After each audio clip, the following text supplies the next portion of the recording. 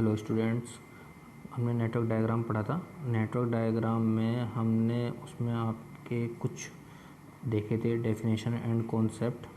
आज उन्हीं कॉन्सेप्ट को लेके मैं आया हूँ आपके पास, जो कैसे हम नेटवर्क डायग्राम अपना ड्रॉ करेंगे। ठीक है, फर्स्टली हम देखते हैं आज कैसे कैसे हम उनके डायग्राम्स ड्रॉ करेंगे। उसके लिए एक टॉपिक्स मैं आपके लेकर आया हूँ, और टॉपिक्स जो है वो है आपका, देख लेते हैं। ये टॉपिक है आपका नेटवर्क डायग्राम कंस्ट्रक्शन, मतलब कि आप नेटवर्क डायग्राम को कैसे ड्रॉ करेंगे। ठीक है, उसके लिए आपको कुछ रूल्स पढ़ने पड़ेंगे, कुछ सजेशन पढ़ने पड़ेंगे। फर्स्टली आज हम पढ़ रहे हैं इसके rules for drawing network. First rule देखते हैं कि each activity is represented by one and only one arrow in the network. That means network diagram में आप कोई भी एक्टिविटी को आइडेंटिफाई करेंगे तो आपको केवल एक सिंगल एरो से ही रिप्रेजेंट करना है। Each activity is represented by only one arrow. ठीक है, आपको मैं इसको समझाता हूँ। ये देखिए, सपोज़ करो एक एक्टिविटी है ए, एक एक्टिविटी है बी। ठीक है, ये एक्टिविटी इस एक्टिविटी से कनेक्टेड है, तो ये नहीं होगा कि आप इसको एक और एरो से कनेक्टेड करके दिखाओगे, रिप्रेजेंट करोगे। तो उसका फर्स्ट रूल ये कहता है कि each activity is represented only one arrow. ठीक है, आपका आता है सेकंड रूल। सेकंड रूल क्या है? No two activity can be identified by the same start and end events. That means कि किसी भी एक्टिविटी का स्टार्ट पॉइंट और एंड पॉइंट सेम नहीं होगा। दैट मीन्स कि जब भी आप दो एक्टिविटी लेते हैं, उनके एंड और स्टार्ट इवेंट सेम नहीं हो सकते। इसको भी मैं आपको एग्जांपल के अनुसार समझाता हूँ। जैसे देखते हैं, इसको रफ कर देता हूँ। देखिए, कोई हमारी एक्टिविटी है, ए एक्टिविटी है, बी एक्टिविटी है।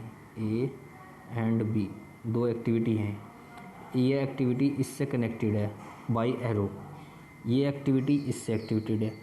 ये ए इसका स्टार्ट पॉइंट है, बी इसका एंड पॉइंट है। अब बी इसका स्टार्ट पॉइंट हो गया, ए इसका एंड पॉइंट हो गया। तो उसने अपने वर्ड्स में पहले कह दिया कि no two activity can be identified the same start and end point, कि कोई भी एक ऐसी भी कोई भी एक्टिविटी नहीं होनी चाहिए कि उसका सेम स्टार्ट पॉइंट हो और सेम ही एंड पॉइंट हो। यहाँ से वो ए स्टार्ट हुआ था और यहीं पे ए फिनिश हो गया, तो ऐसा नहीं होगा।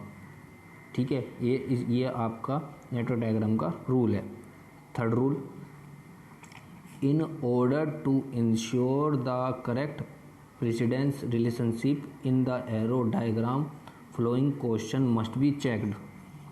That means जब भी आप कोई नेटवर्क डायग्राम ड्रॉ करेंगे तो उससे पहले आपको इन क्वेश्चनों को ध्यान रखना पड़ेगा। जैसे कि पहला क्वेश्चन है आपका, फर्स्ट क्वेश्चन है, what activity must be completed immediately before a particular activity start। First question क्या कहता है? जब भी आप कोई एक्टिविटी स्टार्ट कर रहे हैं तो आपको यह भी चेक करना होगा कि उससे पहले वाली कोई भी एक्टिविटी फिनिश हुई है या नहीं हुई है। मतलब कि जो प्रीवियस एक्टिविटी है वो फिनिश हुई है या नहीं हुई है। उसके फिनिश होने के बाद ही आपकी न्यू एक्टिविटी रन होगी। कैसे समझते हैं? जैसे ये है आपकी ए एक्टिविटी है, एक बी एक्टिविटी है। ये एक्टिविटी स्टार्ट हुई, तो ये एक्टिविटी जब स्टार्ट होगी जब ये ए पहले वाली एक्टिविटी फिनिश होगी। तो ये एक्टिविटी फिनिश होगी तो यहाँ पे एक थर्ड एक्टिविटी स्टार्ट होगी। तो आपका ये क्वेश्चन आपको पता होना चाहिए थर्ड रूल्स में। ठीक है, अब आपका आता है second question, what activity follow this. मतलब कि जब भी कोई एक्टिविटी ऐड कर रहे तो आपको उसके सक्सेसर एक्टिविटी का भी पता होना चाहिए कि उसकी सक्सेसर एक्टिविटी कौन सी है। वो उसके पास कोई एंड एक्टिविटी तो नहीं है, ठीक है। अब आपका आता है थर्ड क्वेश्चन। थर्ड रूल के अंदर थर्ड क्वेश्चन है, what activity must be performed concurrently with this.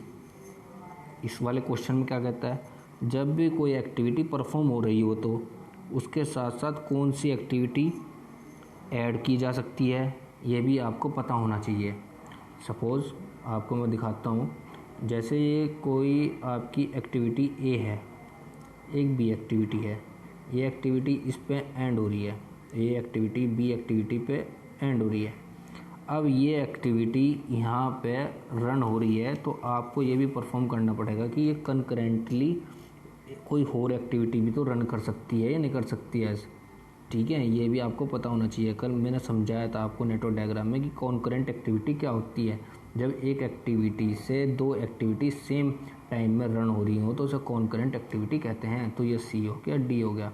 तो आपको ये भी क्वेश्चन पता होना चाहिए कि जो आपकी एक्टिविटी स्टार्ट हो रही है, परफॉर्म कर रही है, तो उससे कॉन्करेंट एक्टिविटी भी रन हो सकती है या नहीं।